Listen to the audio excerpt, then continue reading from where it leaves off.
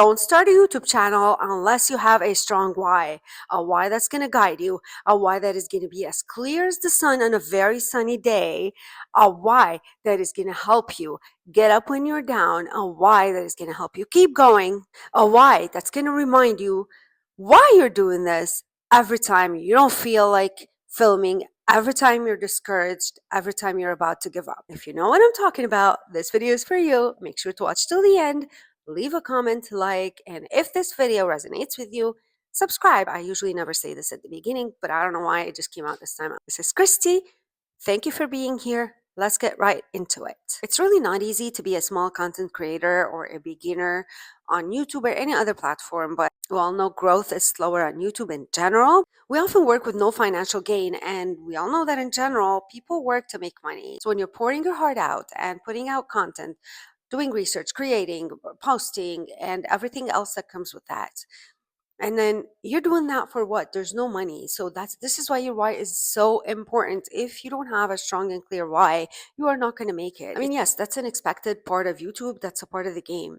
Unless you're a business who already sells products and services. And even for that, you have to create a community. You have to find your tribe. You have to create content and build your audience so that your audience will get to know you, will get to like you and trust you. Because if there's no trust, no one is going to buy from you, even if you have the most amazing products. If you don't come across as trustworthy or as authentic, no one is going to buy any of your products. Another thing some YouTubers do is, of course, affiliate marketing, but I personally have done that, and I feel, and I'm sure actually affiliate marketing is not for beginners. You do have to know certain things and get skillful at it before you can jump into affiliate marketing and have success. So what's your why? Do you have something to teach? Do you have some skill?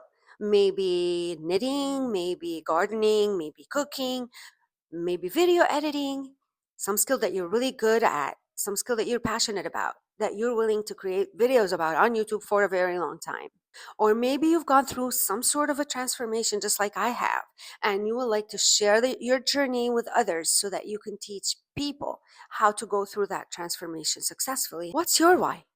Again, make sure it's loud and clear, and make sure it means enough for you, because it's your why that's going to help you hang in there. It's your why that's going to be there for you when your mindset is It's your why that's going to actually help your mindset stay where it's supposed to be, in the positive. It's your why that's going to be your reminder why you should keep going. So as small channels, since we don't get paid for creating or posting content, the only reward that we get would be views, comments, engagement, and of course, subscribers.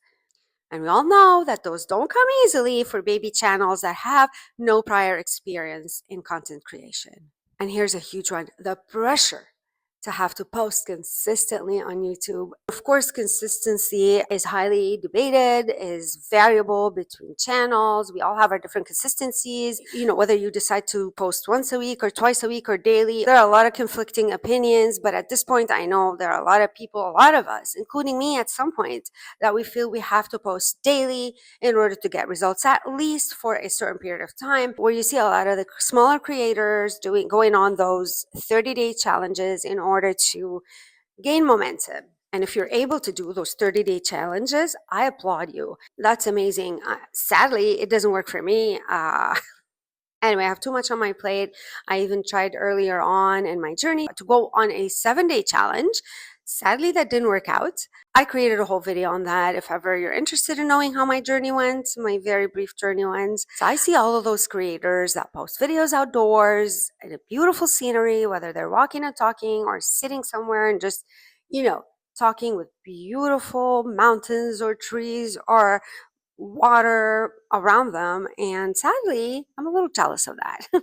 I'm just joking. The thing is, I can't do that. Unfortunately, where I live, we have very long winters where we don't get to be outdoors for a good 6 to 7 months throughout the year. So that's a good chunk of the year, more than half. And even in the summer, it's not too dependable. The weather is not too dependable. But anyway, so I don't have the opportunity to film outdoors much, if at all. Maybe in the summer, I'm hoping, but When you film outdoors with nice scenery around you, that's already attractive. That is an asset because it helps retain viewers because they're not just looking at you sitting in a boring room talking to the camera. It adds an extra factor to the video because let me tell you, there's no way I'm going to go outdoors in the freezing winter and film while when I feel like I could barely move my lips or my fingertips are going to freeze. We're April and it's still cold. We still need our jackets. We've had a couple of warmer days, but in general it's still cold, so I can't say, oh, let me go film outside today, because even when it's warmer it's still windy, so I'm not sure how the wind situation is going to be when it comes to your ears. And oh, posting at the mall or any indoor settings where there are other people and I'm in public, that's not for me. Sadly, I'm not there. I don't know if I'll ever get to that point, which reminds me of Karen from YouTube Over 40. Hey, Karen, I really admire your courage and how you got out of your comfort zone when you filmed at the mall. In spite of being harassed by the security mall, you did it, and good for you. I'm proud of you. Karen, just between me and don't tell anyone. I want to be like you when I grow up. Then you see those beginner channels getting great views without even posting daily. They generally, the ones I've seen, post more or less once a week, and they're beginners. How are they getting those great views? How? And don't get me wrong, it's not that I'm comparing myself. I've learned a long time ago or a good year ago not to compare myself to others, but self-comparison sometimes is necessary because you need to learn. In the case that you need to learn from other channels, from what works, you look at successful people in order to learn what you need to learn, right? So to a certain extent, we do have to compare for the sake of learning. And because I want to understand what they're doing differently, what is it that they're doing that's getting them those high views, that's getting them all those new subscribers, that is allowing them to grow. Because I want that too for me and for you. Let's work smarter, not harder. Now, how do we do that? So here are 5 things that I've noticed and learned in the past few months watching these other channels that grew fast. Oh, and there's a bonus point after that. Number 1, those channels that grew fast on YouTube have had one or multiple other YouTube channels prior to their current channel that's growing fast.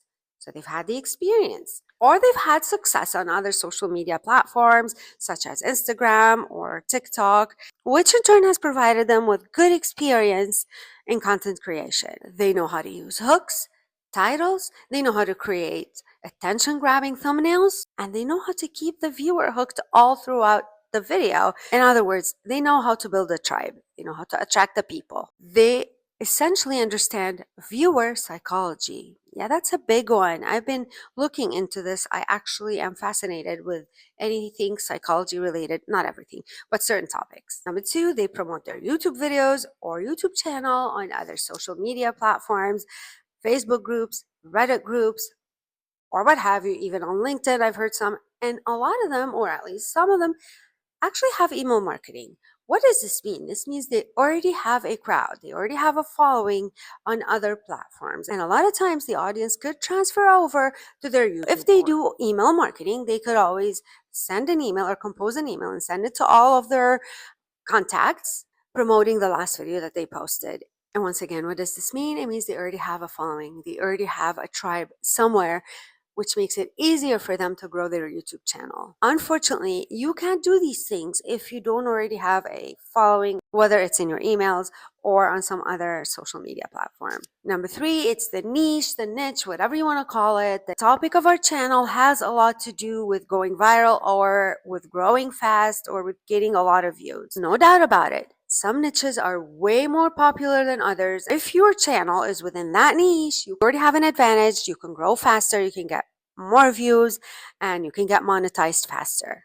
However, we can't all just go and pick one of those most popular niches, because what if you don't like that niche? What if you're not passionate about it? What if you don't have any knowledge about it or enough knowledge to sit here and speak in front of the camera, address the viewers as someone who knows what they're talking about? Because when we don't know what we're talking about, we're not going to be confident. And if you're not confident in front of the camera, you're not going to get a lot of subscribers, and People are not going to be able to relate to you as much, and therefore you cannot build a community or get any loyal subscribers. If you pick one of those niches that are popular just because you want to grow fast, but you don't have what it takes to be in that niche, it's not going to be sustainable. You are going to create a few videos and then either you're going to get too frustrated and bored because you hate the topic or you're not passionate enough about it, or you're going to run out of things to say. Number 4, those that grow fast tend to know how to pick viral video topics or titles and know how to create attention grabbing thumbnails. This is key in every niche on YouTube.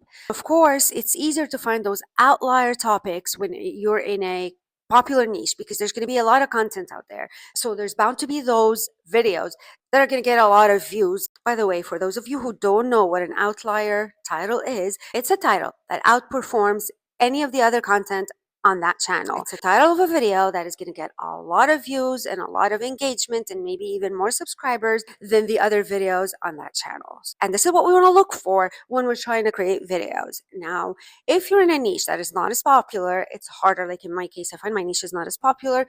So it's harder to find those outlier titles. Therefore, it's harder to grow faster. But when you do find those outlier topics or titles, even if you do find one of those viral titles in your niche, tweak it a little bit and create content on that. Don't duplicate the content of the other creator though. Just use the title and create your own content relevant to that title, and that gives you a higher chance of getting higher views. My 5th point, those channels that tend to grow fast generally have some sort of coaching or have had some sort of coaching which helps them and gives them an edge over your average beginner YouTuber who has no experience, has no one to lean on, has no one to get advice from, or even opinions, or even just for the sake of accountability to maintain your consistency and not to lose your motivation. And here's the bonus. There are some exceptions from those 5 points that I just listed above, where some YouTubers came out of nowhere and blew up. Some of them made it big because they have something that stands out, something different, something special or unique that makes them stand out even in a saturated niche. Some of them even have a unique niche that somehow is in demand or viewers find very appealing, and that helps their video get pushed out. I'm going to use Sam Solik as an example. He blew up on YouTube kind of out of nowhere. His content is very simple. He never cared for those outlier titles. He never works on his thumbnails. He was just being his natural, authentic self on YouTube. He's a bodybuilder that films himself at the gym or even in his car talking. He did nothing special, no outlier titles, no special thumbnails. He didn't make the effort that all of us have to make in order for us to stand out. He stood out because of his body and because he filmed himself raw and authentic to himself, authentic to his niche. But let me take a minute here, and I have to say this. I feel that sometimes the word authentic has been overused, has been oversaturated, and has been wrongfully used or misunderstood on social media. Authentic doesn't mean coming out with the worst version of ourselves. People don't want to see us at our worst. Strangers don't want to see you at your worst. I mean, if they've known, it's one thing if you're a celebrity or already famous or well known, maybe they'll be interested in seeing like the worst of us. But for the average person who is unknown, who is a perfect stranger, just starting on YouTube, trust me, people don't want to see certain things. Being authentic is about bringing your best self forward, putting your best self out there. And there are multiple reasons for that. First of all, people want to see the best of people. Being on YouTube is a journey by itself. And as far as I'm concerned, it's a self-improvement, self-discovery journey, at least in my case, and I know it's the case for many other small YouTube creators. So if you're coming on camera, if you're putting yourself out there, I don't know, and I'm not trying to judge, this is my opinion, in your PJs or unpresentable, or if you come here and chewing a gum on camera and making noise sounds, unless you're doing ASMR, that's a completely different thing. You want to be presentable. When I go out in public, I want to be presentable to the best that I can. That doesn't mean I have to look like $1 million, but I want to be to the best as I can. I want to brush my hair before I go outside. I want to make sure my face is clean enough. I'm wearing something not ripped and not wrinkled. In other words, authentic is what we all want. But if it's not presented in a somewhat attractive way, it's not going to work. It's going to work against you. So that's a whole topic for another video. But in a nutshell, Being authentic is about presenting ourselves in a way where we show or bring out our best version of ourselves. Correct me if I'm wrong. If you disagree with my definition of authentic, let me know your opinion on that. I'm curious. So going back to Tom Selleck, he filmed himself in his natural, authentic environment, the gym, and the fact that he's already a bodybuilder, he's already had the transformation to show off. That by itself stands out because he's not the typical guy who's going to the gym or working out. He already attained the transformation. That's why when we're doing YouTube, we're either teaching something or we're showing a transformation, which is my case, or we're being motivational. That's how we give value. So Sam Solik's why is actually his lifestyle. That's his why for starting a YouTube channel. So he used his lifestyle, which is a niche by itself. So what's your why? Why did you start your YouTube channel? Unless that is crystal clear and unless you're passionate about it and unless you have some minimal knowledge related to your why, because you could have a why of, I started YouTube to make money. But that's not enough because if you don't have those special skills or the transformation where you went from not making money to making money, or where you get to teach people how to make money online, it's not enough to start YouTube just to make money. We all want to make money with YouTube, but that cannot be your only why. You have to have a bigger why, a stronger why that people are going to be interested in. Of course, everyone is interested in making money, but if you don't have the authority to teach about making money online, no one is going to listen to you. You're not going to succeed.